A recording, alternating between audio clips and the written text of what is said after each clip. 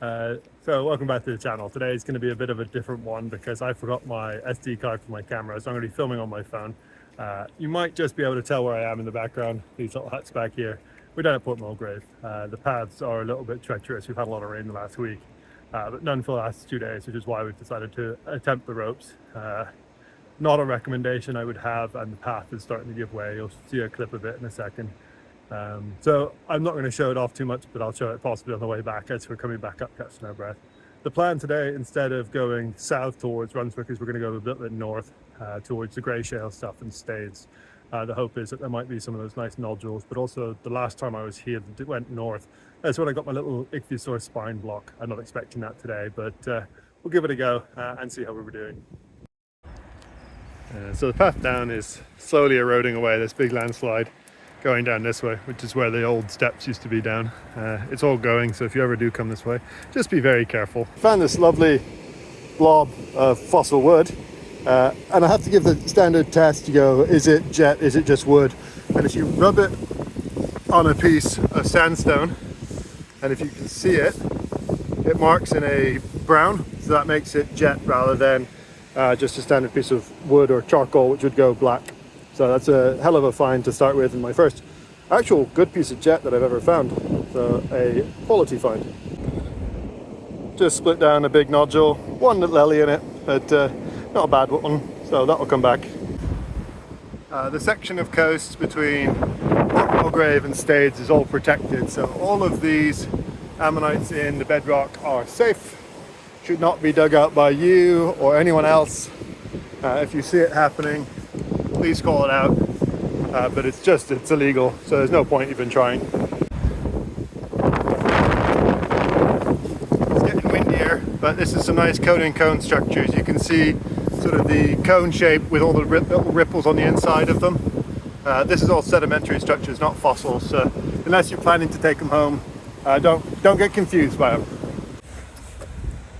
Just got around the first bay, or into the first proper bay, and someone had a nice pseudo Lyoceras at one point, but it's exploded into lots of pieces. The shell is here, wraps around, would have come all the way into the middle here, but they've obviously left it because of how it's broken. So we will as well.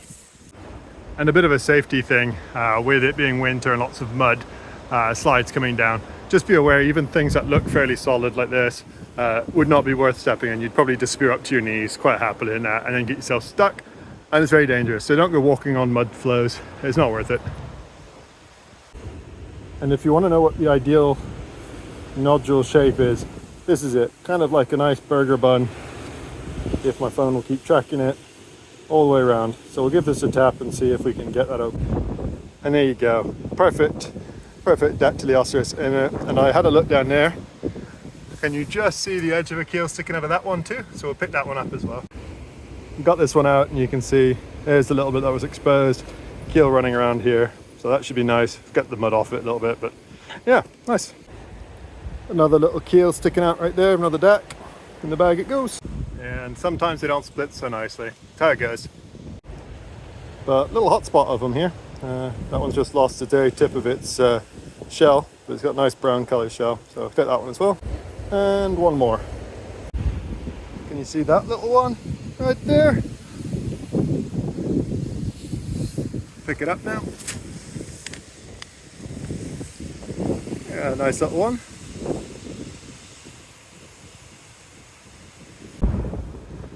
Do you see this one? Bit of a beast by the looks of it. Put down all my other rocks. Yeah, it's not a bad one. That one's a bit of a shame. Obviously eroded away before I could have found it. But a beautiful elegant tesserus all the same. Again, we spot the fossil for you all. Right there. An alright DAC, missing the outer edge. May or may not have the middle. Take it all the same.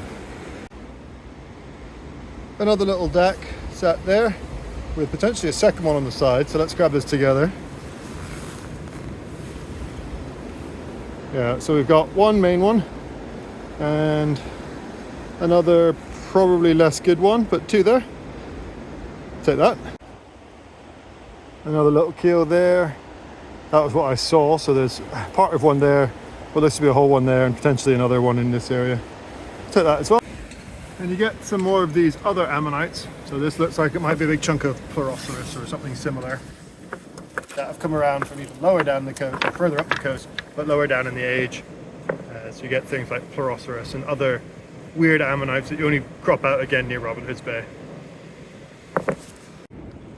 So I just popped open this part. I saw it open already, unfortunately. So it's just a partial, but it looks like a Dac semi-salatum. It'd be nice to get a good one of those today, actually. That's what I like about the grey shells, is these nodules tend to open really nicely and they look beautiful. So hopefully we can find one. And you start hitting some of these other rocks, which are obviously much lower in the sequence. This looks very much like you find at Robin Hood's Bay, and so these are ones that you might start to find things like Pleuroceras, so different ammonites. But we'll keep looking, because I'd like some nice nodules or some other things that are a bit different. That would have been a beauty. A big old ammonite. Alas. A beautiful little shell layer in the bedrock here. That one has been rolling around in the sea for quite some time. Annoyingly, I found a spot with some old nodules, like this one here. And you can see the 3 bits of it. You might figure out what that is. That was a vertebra. Alas, it is not a vertebra anymore. It's lots of bits and not going to go back together. What an absolute chunker of a Dac. That's huge. Absolutely enormous. Cool. Another fun one. There's one here. Possibly this one's separate, I don't know. I'm going to guess it's the same. There's one here for sure. And then on the top, there's another one there. So it's at least 3 in this block. Oh, and another there. 4. So that'll be fun to prep. God, I'm desperate for my tools to get here. This is not to shame anyone, but just to point out, this section of rope is really, really difficult now, especially with all the rain. Please don't bring your kids down to Port Mulgrave at the minute. It's just, like, that kid's struggling to get back up the rope. It's just not worth it. It's going to be a safety hazard both for you and the kids, so please don't do it. Just pop down onto the other side, so towards the sandy bit and Brunswick, and I've got that far and 4 nice Dacs in about a 5-meter area. This is why people come to Port Mulgrave, but as I said, don't bring your kids at the minute. It's too dangerous to come down that rope with them. Scrappy bit of fish bone. I don't tend to keep these, but I'll offer it up to Katie if she wants to keep practicing prepping on them. Good use of time trying to figure out how to prep bone, but these are very flaky and fall apart, so not always the easiest.